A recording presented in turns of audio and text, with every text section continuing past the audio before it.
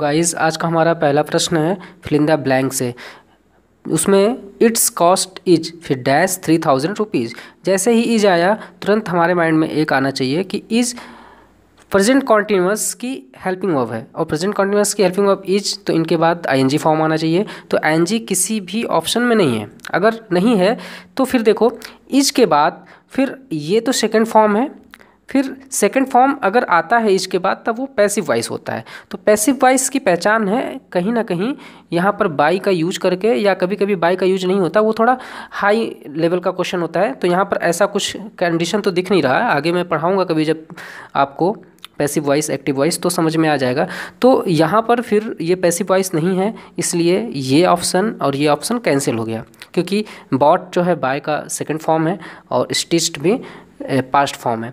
इसके बाद अब इज के बाद दूसरी जो केस होती है एक सिंपल सेंटेंस होता है, जैसे दिस इज कार। इज के बाद नाउन आता है, कभी कभी इज के बाद फिर एडजेक्टिव आता है। तो अब हम देखते हैं थोड़ी मीनिंग से कि इट्स कॉस्ट, इसकी जो कीमत है 3000 रुपये के बराबर है। तो जब यहाँ पर ये वर्थ जो है ये एक प्रीपोजिशन की तरह वर्क करता है, और जब प्रीपोजिशन की तरह वर्क करता है इसकी मीनिंग होती है equal in value of something. ठीक है, तो ये किसी के कीमत के बराबर के सेंस में वर्थ का यूज होता है। जैसे फॉर का यूज प्रीपोजिशन में के लिए होता है, ऐसे वर्थ का यूज के बराबर के लिए होता है। तो it's cost is worth 3000 rupees. Okay, फिर नेक्स्ट है चूज़ द करेक्ट वर्ड। अब करेक्ट वर्ड में रूल्स होते हैं, किसी दिन रूल्स में पढ़ाऊंगा। पहले आप, क्योंकि ये प्रैक्टिस है तो प्रैक्टिस में विशेष करके समय का ध्यान रखना है हमें, और समय का ध्यान रखते हुए एक चीज़ और आपको करना है, आप वीडियो को पॉज करोगे, पहले खुद अटेम्प्ट करो, फिर उसके बाद मैं जो बताऊँ फिर ध्यान देना है।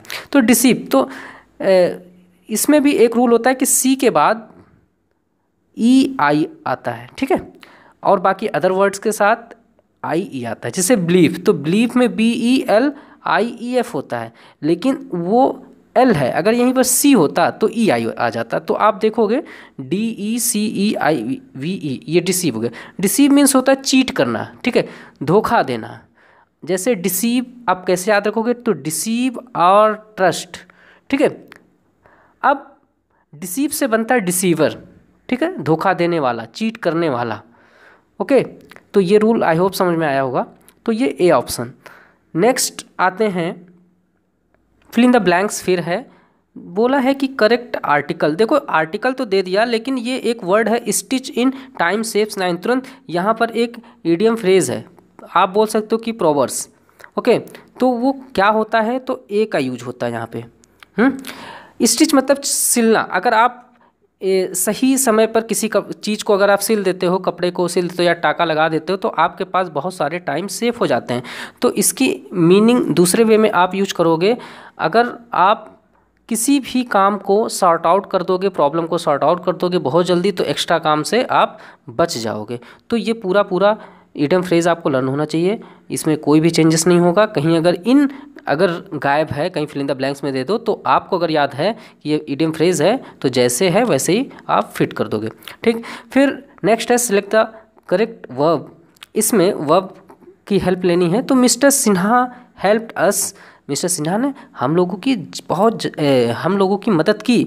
मोर देन ही, जितना कि वो अपने बच्चों, अपने स्टूडेंट्स की हेल्प करते हैं, उनसे ज़्यादा मेरी मदद की। मतलब करते हैं, तो करते हैं ये प्रेजेंट इंडेफिनिट टेंस का सिंबल होता है, जो कि हेल्प या हेल्प्स। अब हेल्प या हेल्प से तो पता है, जब सब्जेक्ट सिंगुलर होता है, प्रेजेंट इंडेफिनिट्स की कंडीशन होती है, जब सब्जेक्ट सिंगुलर होता है तो एस या ई एस ऐड कर देते हैं, तो यहाँ पर H E L P S आ जाएगा। ओके, नेक्स्ट आते हैं, आपका क्वेश्चन है आइडेंटिफाई द करेक्ट प्रीपोजिशन। अब करेक्ट प्रीपोजिशन में एक चीज़ ये ध्यान रखना है, देखो प्रीपोजिशन बहुत ही महत्वपूर्ण है, इसको अच्छे से पढ़ना जरूरी है। फिर भी कुछ मैं बताऊंगा जितना भी यहाँ पर है। शी स्माइल्ड माई मिस्टेक, तो स्माइल के साथ, स्माइल पेन थोड़ा, स्माइल्ड के साथ या स्माइल के साथ दो प्रीपोजिशन यूज होते हैं, एक तो एट भी होता है, एक ऑन भी होता है। देखो अगर स्माइल एट यूज करोगे आप, इसका मतलब होगा मॉक एट, किसी पर मजाक उड़ाना, ठीक है, या किसी पर हंसना एज आ मजाक, या फिर उससे एक तरीके से उसे इरिटेट करने के सेंस में, ठीक है। और ऑन का सेंस होगा, स्माइल ऑन तब यूज करेंगे हम लोग जब उसके आप फेवर में हंस रहे हो, उसके अगेंस्ट नहीं। फेवर इन द सेंस जैसे वो सक्सेसफुल हुआ किसी काम में, वो किसी काम में उसको सफलता हासिल हुई, तब आपने हंसा थोड़ा सा, तो वो हो गया फेवर में। तो यहाँ पर तो ऐसा कुछ है नहीं, उसने भाई मिस्टेक किया, तो आप ऐट का यूज करोगे। और देखो ऐसे ऑन का यूज क्या होता है, जब कोई चीज़ है किसी के ऊपर अगर टच में है, जैसे बुक ऑन द टेबल, तो बुक तो टच होता है टेबल पर, तो वहाँ ऑन का यूज करते हैं।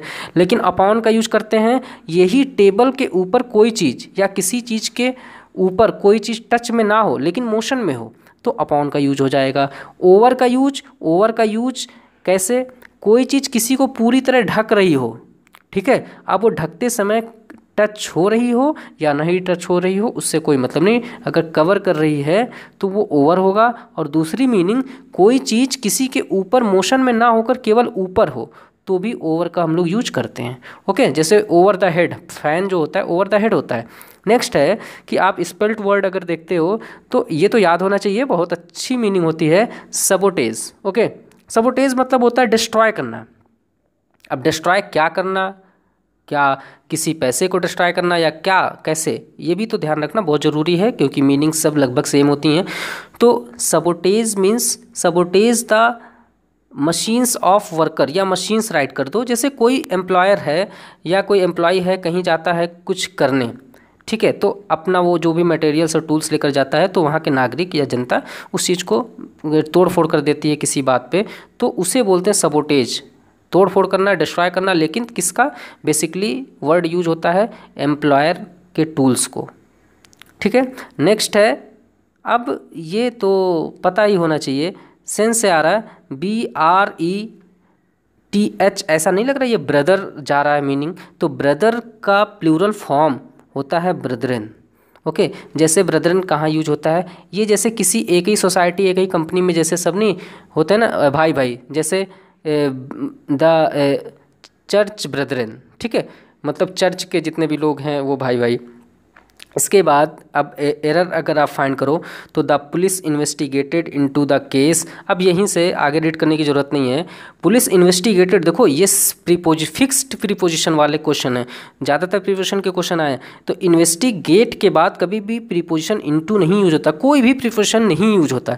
इन्वेस्टिगेट की मीनिंग जो होती है वही, अगर आप प्रीपोजिशन लगाना चाहते हो तो उस यही मीनिंग होती है इंक्वायर्ड। इंक्वायरी जो होती है वही इंक्वायर्ड इनटू आप राइट कर सकते हो, तो जो इंक्वायर्ड इनटू की मीनिंग होगी वही इन्वेस्टिगेट की मीनिंग होगी। अब आप कहोगे तो क्या ए पार्ट में एरर या बी पार्ट में, देखो क्योंकि मैंने बोला इन्वेस्टिगेट भी होता है लेकिन इन्वेस्टिगेट साथ इनटू नहीं यूज होता, तो पहले तो इन्वेस्टिगेट दे दिया, मतलब ये तो होता है इसलिए सही है। इनटू लेकिन इसके साथ नहीं आता, इसलिए एरर बी पार्ट में है। ओके, अब इसके बाद नेक्स्ट है कि चिल्ड्रेन मस्ट ओबे टू, यहीं आ गया समझ में बेटा, obey to order, obey to the orders नहीं, क्योंकि ओबे हो या कोई भी वर्ड हो, टू तब यूज होता है किसी प्लेस के लिए, किसी पर्सन के लिए या किसी अदर थिंग्स के लिए, जब या उस डायरेक्शन में, जैसे to the river, to the road, इस तरह से, या टुवार्ड्स जिस सेंस में यूज करते हैं उसी सेंस में ये यूज होता है। तो डायरेक्ट ओबे द ऑर्डर्स, तो बी ऑप्शन यहाँ पर सही है। इसके बाद हैविंग रिजाइंड, अब देखो जब हैविंग वर्ड आया तो, क्योंकि एरर ऐसे ही देखा जाता है, जो वर्ड दिया हुआ है कुछ थोड़ा डिफरेंट लगे तुरंत रूल्स या कुछ तरीके याद आने चाहिए, क्या इसके बाद ये होगा। हैविंग के बाद वर्ब का थर्ड फॉर्म, जैसे हैविंग डन, ठीक है, हैविंग टेकन आपने सुना होगा, टेकन थर्ड फॉर्म, तो हैविंग के साथ वर्ड का थर्ड फॉर्म बिल्कुल सही है। Having resigned from his job, जैसे उसने अपने की वजह से, मतलब जॉब रिज़ाइन करने के बाद क्या होता है कि मिस्टर कुलकर्णी जो है वो लेफ़्ट कर देते हैं, तो लेफ़्ट करते हैं तो इसके बाद क्या आएगा, टाउन नहीं तो हिज टाउन, ठीक है, अपना शहर, उन्होंने उनका शहर, तो शी पार्ट में एरर है। ओके, फिर I requested him, next I requested him to listen what I said, इसने कहा मैंने रिक्वेस्ट किया लोगों से कि लिसन मीन्स ध्यान से सुनना होता है और हेयर मीन्स केवल सुनना होता है, ध्यान रखना, तो मैंने उनसे रिक्वेस्ट किया कि ध्यान से सुने मैंने क्या कहा, और करता, तो ये तो सेंस आ रहा है करता वर्क, तो मैंने क्या किया, तो ये सेकंड फॉर्म, तो ये भी वर्कड हो जाएगा। तो किस पार्ट में एरर है, सी पार्ट में। ओके, अब नेक्स्ट आते हैं क्वेश्चन। अब ये है, ये क्या है, अच्छा, opposite in meaning. Okay, opposite in meaning में देखें, जैसे अनसील्ड इसको पढ़ा जाता है, रीड किया जाता है, तो अन वर्ड आया, इसका मतलब निगेटिव है, इसका मतलब पॉजिटिव, इसका सील्ड होगा केवल है। तो इसकी मीनिंग क्या होती है, sealed just like soiled. Soiled means होती है डर्टी, एक तरीके से स्पॉटेड, ठीक है। तो जैसे सॉइल्ड रेपुटेशन बोला जाता है, किसी की रेपुटेशन बहुत ही गंदा है, तो सॉइल्ड रेपुटेशन, उसी में बोल सकते हो सील्ड रेपुटेशन, किसी का रेपुटेशन गंदा है। और अनसील्ड है तो वो भी रेपुटेशन, भाई अनसील्ड रेपुटेशन मतलब साफ सुथरा उसका चरित्र है, रेपुटेशन है। तो साफ सुथरे से एक ईडियम फ्रेज भी आपको याद आना चाहिए, स्पिक एंड स्पैन। पेपर में आते हैं, आप याद रखो, स्पिक एंड स्पैन, SP, अगर ये ना वर्क कर रहा हो राइट कर लो SPAN, ठीक है, स्पीक एंड स्पैन। तो speak and span of his reputation, आप ऐसे वर्ड जोड़ जोड़ के बोलोगे। तो देखो इसमें विजिबल, क्योंकि अपोजिट लिखना, विजिबल जो चीज़ दिख रही है इसका मतलब साफ़ सुथरी है, तो ये भी नहीं होगा। स्ट्रांग मतलब मजबूत, वो भी अच्छा ही होगा, ये भी नहीं होगा, तो ये भी नहीं हुआ। अब स्टेनलेस, तो देखो स्टेन मीन्स होता है तनाव, तो तनाव वो भी नेगेटिव सेंस में गया ना, एक तरीके से गंदा उंदा। तो लेस वर्ड यूज हो गया, तो वो भी हो गया पॉजिटिव, मतलब जहाँ पर तनाव ना हो, तो ये भी तो नहीं होगा। तो बचा क्या, फॉल, ठीक है। अब तो बी ऑप्शन इसका है स्मूथ। अच्छा, स्मूथ पता है ज़्यादातर वर्ड इस, ये नाउन भी होता है, वर्ब भी होता है, तो इतना ना जाओ। स्मूथ मीन्स कोई चीज़ जो पैरेलल हो, बिल्कुल सीधी सीधी, बिल्कुल प्लेन हो, ठीक है। अगर प्लेन हो, जस्ट इसी का अपोजिट हो जाएगा जिसमें गड्ढे हो। अगर गड्ढे होंगे तो रफ अपने आप समझ में आ रहा है, बाकी हार्ड थोड़ा मजबूती, अगली थोड़ी, जैसे अगली टॉकिंग आप याद करोगे तो गंदी बात। और ऑकर्ड जैसे वर्ड ज़्यादातर अब्यूसिव वर्ड, या फिर जो भद्दा देखने में, या ऑकर्ड रिमार्क्स, कहीं पर कोई चीज़ लगी थी वो कैसा था, ऑकर्ड था देखने में बहुत, ठीक है। तो ये तो नहीं होगा, तो डी ऑप्शन इसका सही है। फिर 13 के बाद question number 14, one who is, अच्छा अब ये वन वर्ड है, ठीक है, जितना दिया आप सीखो पहले। One who is hard to please, भाई जिसे मनाने में हमें बहुत कठिनाई हो, डिफ़िकल्ट टू प्लीज़, तो वो होता है फास्टिडियस, याद रखिए आप। अब वर्ड आया फैनेटिक, तो फैनेटिक ज़्यादातर आप OSC जोड़ लो वर्ड। अब OSC अगर फैनेटिक स्पीच देता है, मतलब कट्टर भरी, धर्म जाति इन सब के साथ अगर कोई कट्टरता दिखाता है तो फैनेटिक होता है, तो फैनेटिक OSC। तो बेटा याद करने की जो वोकैबलरी कैसे याद की जाती है, आप लोग मेरे साथ बने रहो, और लगभग जब सीरीज वोकैब की तो देखोगे कैसे फ्रेजल वर्ब लर्न होते हैं, कैसे और प्रीपोजिशन याद होते हैं, ये सब बहुत आसान होगा। फिर इसी तरह है फैटल, तो एक सॉन्ग आया था बादशाह का, तो फैटल कॉम्बिनेशन, इसी तरह लेथल कॉम्बिनेशन आपने ये देखा होगा। अच्छा, एपिक्यूरियन, तो एपिक्यूरियन पर्सन होता है ना, जो एक तरीके से जो कहते हैं ना, एपिक्यूरियन बेसिकली एक फिलोसफर था, एपिक्यूरियस, ठीक है, उसी से बना। वो उसका मानना था सुख ही परमत्व है, मतलब सब कुछ सुख है, ठीक है, जो सुख सुविधाओं पे ज़्यादा ध्यान देता है उसको कहते हैं एपिक्यूरियन, वहीं से बना है। इसके बाद है प्लूरल, हमें देना है किसका, चर्च का। तुरंत देखो एक चीज़ है, जब आप प्रैक्टिस करते हो ना, तो आप खुद जब प्रैक्टिस करोगे अपने प्रैक्टिस सेट से, तो डायरेक्ट आप ABC ऐसे ही आप टिक करते हो, क्योंकि आपको तो प्रैक्टिस करनी है कि हमें पेपर में, जैसे अगर मैं यहाँ प्रैक्टिस करा रहा हूँ तो पहले आप चूज़ कर लो, उसके बाद मेरी बात सुनो, कम से कम इससे थोड़े बहुत रूल्स आपके रिवीजन होंगे। तो CH वर्ड आया है, तो जब किसी के लास्ट में क्या क्या आए, जल्दी से वीडियो को पॉज करके आप बोलिए, अरे CHS लास्ट में, SH लास्ट में, X लास्ट में, Z, अगर ये आता है तो आप उसका प्लूरल बनाने के लिए ES ऐड कर दोगे। ओके, तो क्या हो जाएगा, बी ऑप्शन, चर्चेस।